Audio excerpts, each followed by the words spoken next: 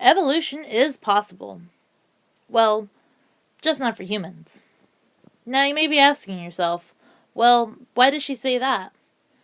The reason being is that a good majority of the population doesn't accept that humans may have possibly evolved from somebody else or a different common ancestor.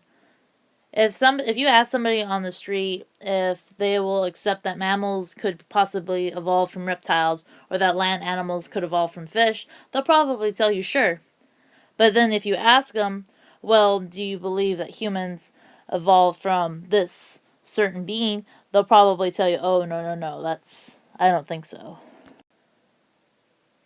Then you might ask yourself, well, why do these people not think that humans evolved from something else? And a big reason for that is actually religion.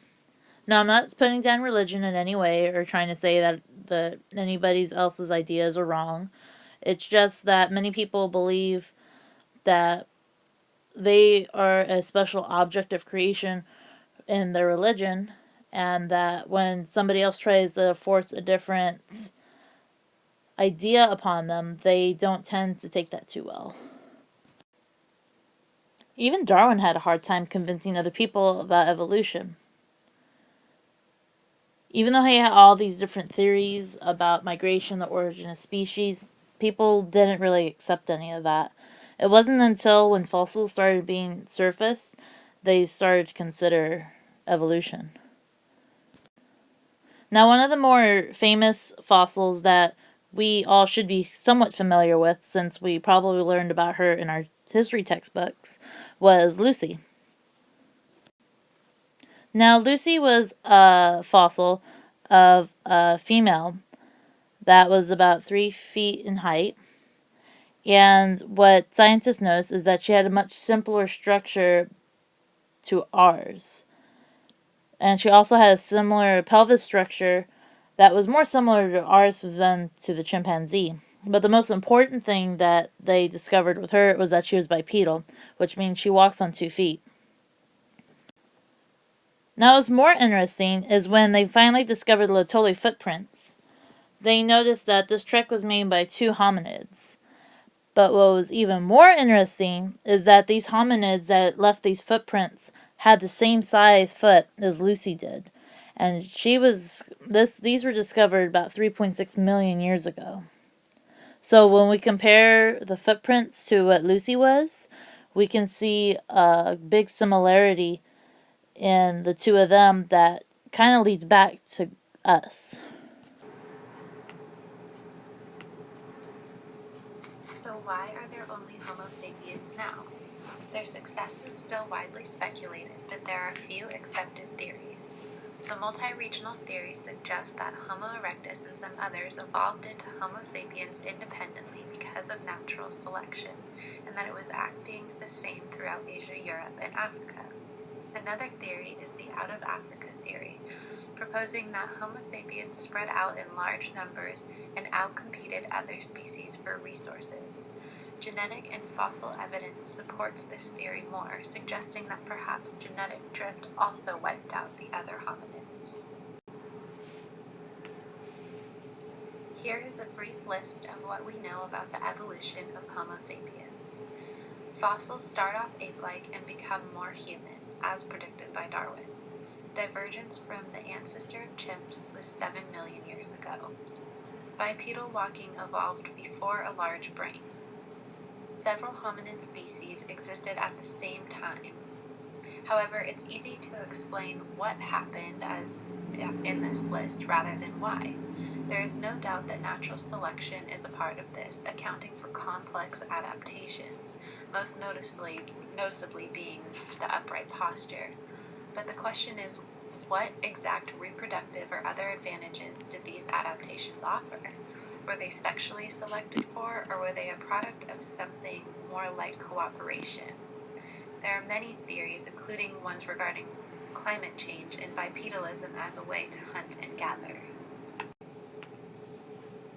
Again, the pressing question is why humans were selected for differently than other apes. Alan Wilson and Mary Claire King looked at protein sequences from humans and their closest ape relatives and discovered that they only differed by about 1%. However, when you consider proteins can be made of several hundred amino acids, 1% is a lot of difference between lineages. With modern DNA sequencing, we discovered that humans and chimps are very closely related, but differ in sequence, number of genes, and number of gene copies. This implies that it is not one gene or even a few that makes us human, but rather many differences. For example, some of the genes that evolved rapidly during the first human divergence included evolution of the immune system, gamete formation, cell death, and sensory perception. Humans, like many other species, can be divided into subpopulations or races. The fact that there are different races shows that these populations have been geographically separated to have diverged somewhat.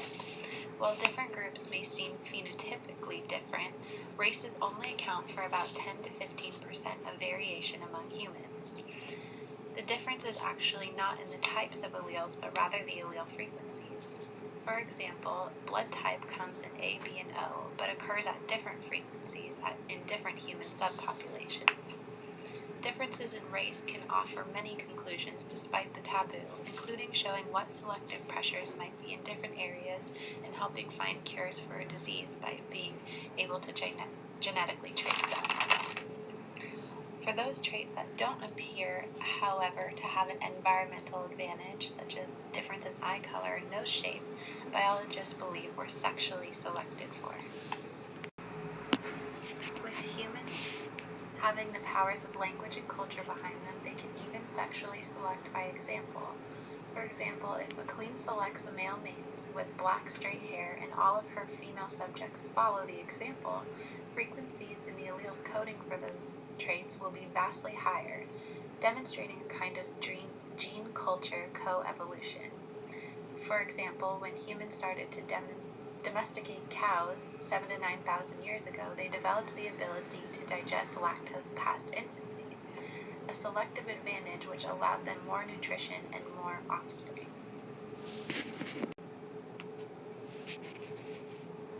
An important question is, are humans evolving today? With medicine technology and readily available foods and not wiping out those disadvantageous alleles, many would argue no, or that natural selection is not at work. However, as long as there is variation that differentiates survival and reproduction rates, there will always be natural selection and a tendency for evolutionary change. So even though we may have thought before this chapter humans weren't evolving today, we agree that yes, they are.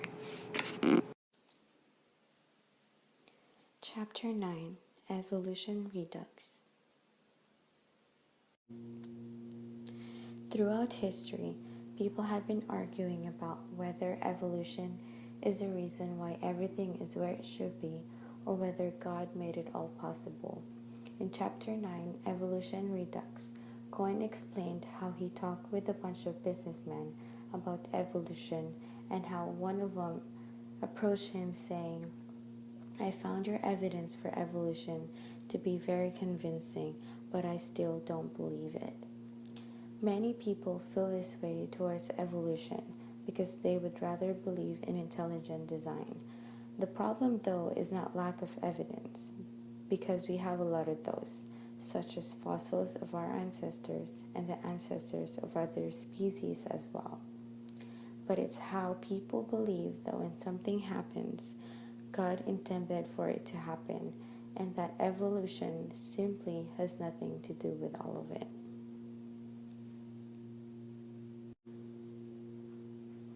Nancy Pearcey fears that schools nowadays will be pervaded naturalistic view of ethics, or as she quoted, morality will be out the window and the law of the jungle will prevail. She basically claims that we are hardwired to behave like our forefathers. But in a book entitled The Selfish Gene, the author mentioned that the selfish gene is just a metaphor on how natural selection works, where genes that produce better adaptation wins over those that doesn't. He also mentioned that the selfish gene is basically the same as the cooperative gene, because us humans are hardwired to be both selfish and cooperative. Behaviors we do as humans are believed to be adaptations because we share them among other animals, and it's important in reproduction and survival.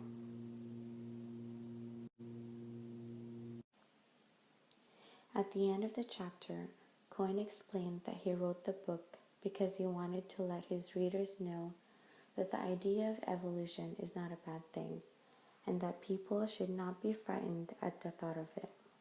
For him, accepting evolution will not destroy your morals, and it won't make you behave like beasts, and it definitely won't make you become the new generations of Hitlers and Stalins. He also added evolution tells us where we came from, not where we can go, and that evolution is neither moral or immoral, because even though evolution operates in a purposeless, materialistic way, it still has its purpose. We humans hold a very significant role in evolution because we are the most advanced among the rest.